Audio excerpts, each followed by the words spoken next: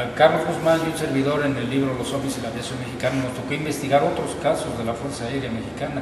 Ha habido casos desde, te puedo decir, el primer caso que se tiene, de 1935, un avión de la Fuerza Aérea Mexicana, un Corsario, un avión biplano.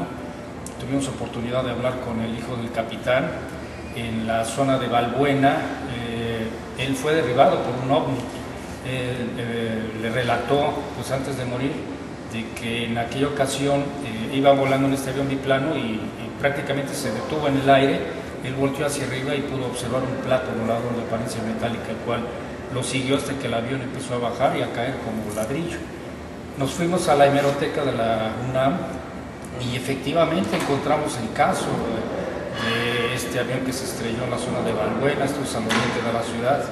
Venían todos los datos, obviamente no venían los datos de que había sido derribado por un plato volador, pero pues sí confirmamos, inclusive se nos dio copias de los certificados médicos. El piloto en este caso pues quedó muy mal herido, su copiloto sí perdió la vida, pero fue un caso anterior al de Thomas Mann que hizo sucedido en México. Entonces podríamos decir que el primer encuentro con objetos voladores no identificados en México y un avión, 1935. Así es. 1935, estamos hablando mucho más anterior a lo del 47. De Thomas Mantel, del caso Roswell, también del caso de estrellamientos en México por parte de CIFEAC y un servidor. Hemos encontrado muchos casos de ovnis estrellados en México. El primer reporte que tenemos es de 1897, un objeto que cayó en Tlaxcala.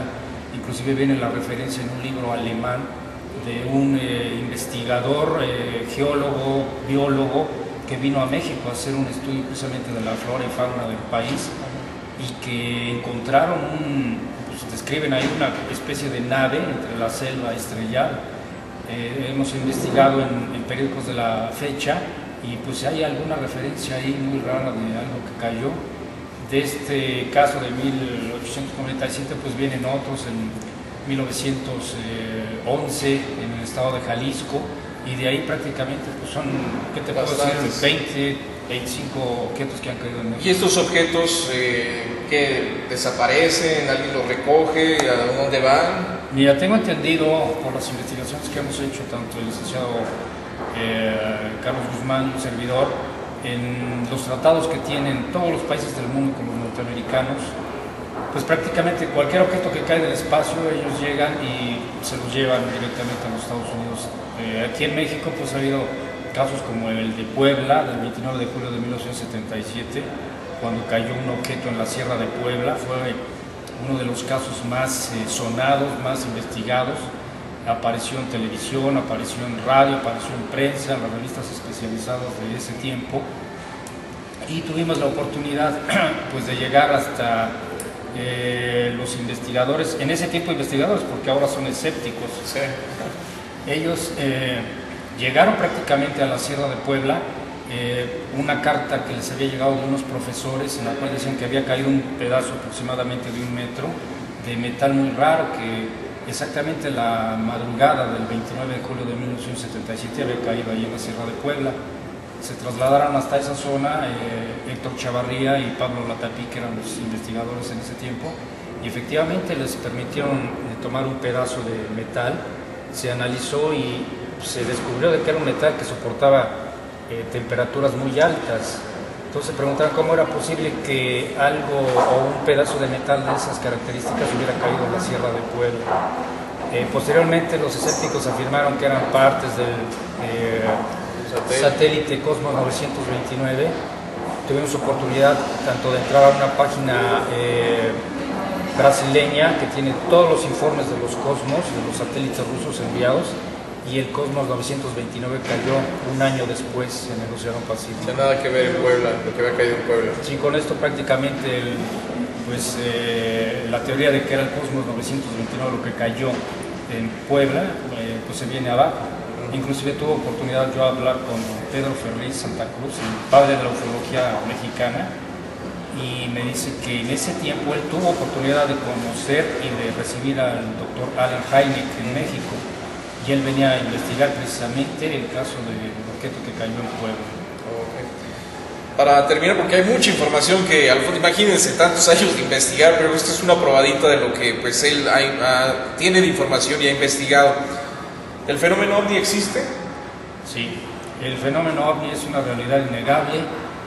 El México es un país muy rico en este tipo de historias, es un país que ha aportado mucho al mundo, tanto en videos como en libros, como en investigadores, y que pues prácticamente muchas de las evidencias surgen aquí en México.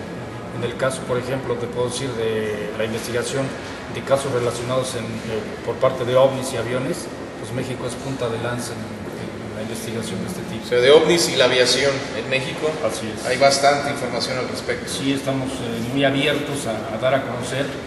Ya no es tanto como antes, como te digo, que había una mordaza, ¿no?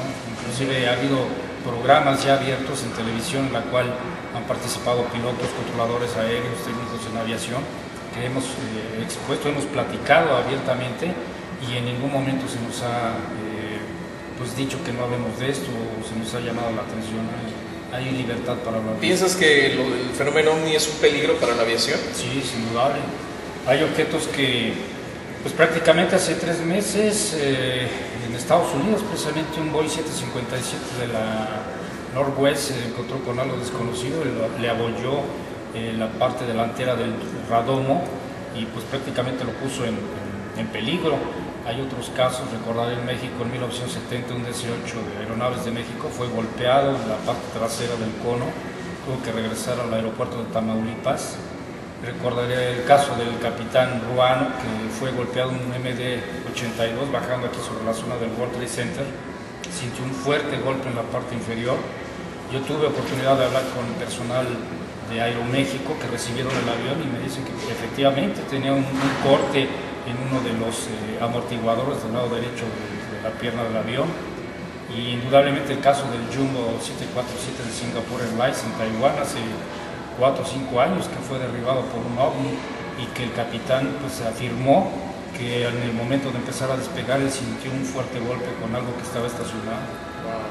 Pues hay mucha información, Desvelados. Alfonso, quiero agradecerte muchísimo por estar con nosotros, platicar y compartir un poquito de la información. De cualquier manera vamos a seguir en comunicación contigo y siga pendiente con las entrevistas que tenemos con Alfonso Salazar, investigador del fenómeno OVNI y miembro de CIFEAC, la agrupación más antigua de investigación del fenómeno OVNI aquí en la República Mexicana. Les invitamos que si tienen alguna información o un caso que quieran compartir con nosotros, pueden visitar nuestra página en desvelado.com, escribirnos en victor@camacho.com o nuestras líneas telefónicas están en este momento en pantalla. La invitación de siempre a que mantengan sus pies bien firmes en la tierra y por nada del mundo dejen de apuntar hacia las estrellas. Hasta la próxima semana.